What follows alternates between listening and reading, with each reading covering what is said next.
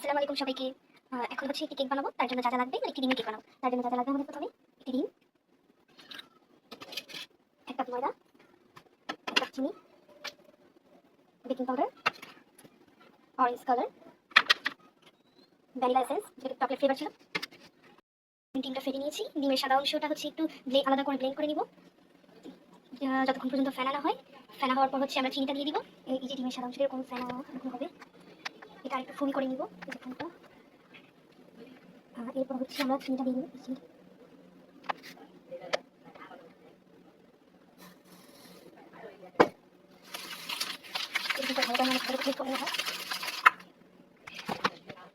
এই যে এরকম নাড়াতে নাড়াতে ফোমি টেক্সচার চলে আসবে। এই যে দেখুন, এরকম চিনি আর হচ্ছে ডিমের সাদা অংশটা, এটা হচ্ছে ততক্ষণ পর্যন্ত নাড়াতে হবে যতক্ষণ চিনিটা না গলে। এই যে গলে গেছে।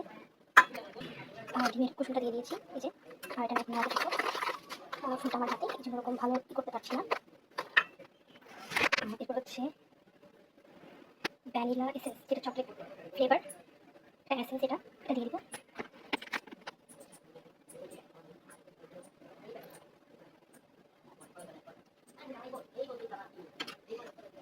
এটা জাস্ট স্মেলের জন্য, কোনো কালার ইউজ করিনি এখনো। ফুড কালার এটা দিয়েছি, অরেঞ্জ ফ্লেভারটা। আর সাথে হচ্ছে বেকিং পাউডার দিয়েছি, যে বেকিং পাউডার আর একটুখানি খাবার সোডা দিয়েছি। ভালো করে মিক্স করে নিব এখন। ভালো করে মিক্স করা হয়ে গেছে। এখন অল্প করে আমরা ময়দাটা দিয়ে দিব আর মিক্স করতে থাকবো। এভাবে দিব আর অল্প করে মিক্স করতে থাকবো।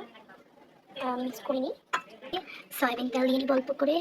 আমি অনেকক্ষণ ব্লেন্ড করে নিয়েছি। এখন হচ্ছে এটা এরকম পিকচার চলে এসেছে।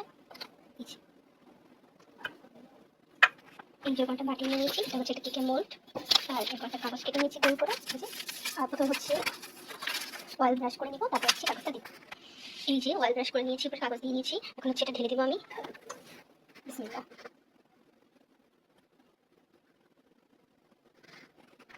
আমি রাইস কুকারে পানি দিয়ে দিয়েছি, কারণ ভিতরে হচ্ছে পুডিং দিব আর উপরের দিকে হচ্ছে আমি কেকটা বসাবো। এই জন্য আগে থেকে একটু গরম করে নিব, গরম হতে থাক।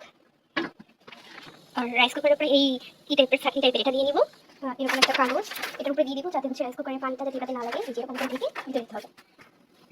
এই যে ঢাকনা দিয়ে রেখেছি, এটা কাগজ দিয়ে নিয়েছি, যাতে হচ্ছে কাগজের যে ঢাকনার যে পানিটা যেটা কাগজে লাগে কেকের মধ্যে না পড়ে। এবার আমরা পুডিংটা রেডি করে নিব। এই যে একটা বাটি নিয়ে নিব।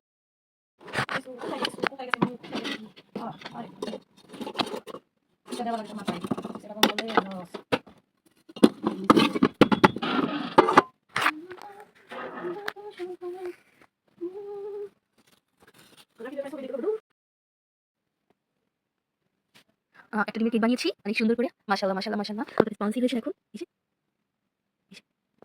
অনেক স্পঞ্জি হয়েছে কেকটা। এই যে একটা ডিমের কেক, মাশাআল্লাহ বলতে ভুলবেন না।